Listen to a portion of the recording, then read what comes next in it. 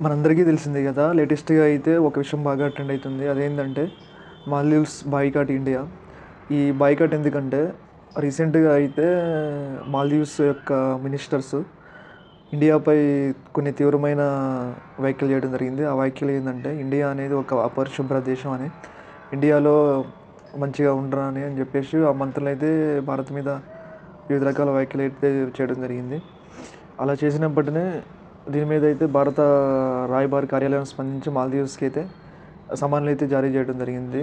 అయితే ఇప్పుడు ఇలా సమన్లు జారీ చేసిన తర్వాత మాల్దీవ్స్ ప్రభుత్వం అయితే వాళ్ళ మంత్రుల మీద చర్యలు అయితే తీసుకుని వాళ్ళ మంత్రులను అయితే సస్పెండ్ చేయడం జరిగింది. దీని అందరికీ ప్రధాన కారణం ఏంటంటే రీసెంట్‌గా అయితే మన ప్రధానమంత్రి ఉన్నాడు కదా, నరేంద్ర మోడీ. ఆయన మన లక్షద్వీప్, మాల్దీవ్‌కి సమీపంలో లక్షద్వీప్ అని ఉంటుంది.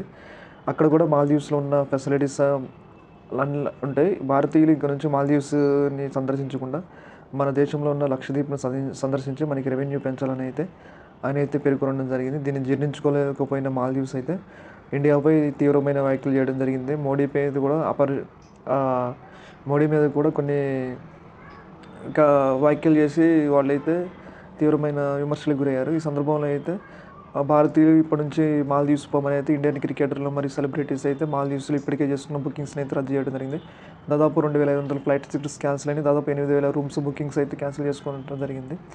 ఏదేమైనా మాల్దీవ్స్ అనేది ఒక చిన్న కంట్రీ ఇంత పెద్ద దేశంలో ఉన్న ఆచారాలపై మరియు వ్యాఖ్యలు చేయడం వల్ల ఇదంతా జరిగిందని మనం చెప్పుకోవాలి.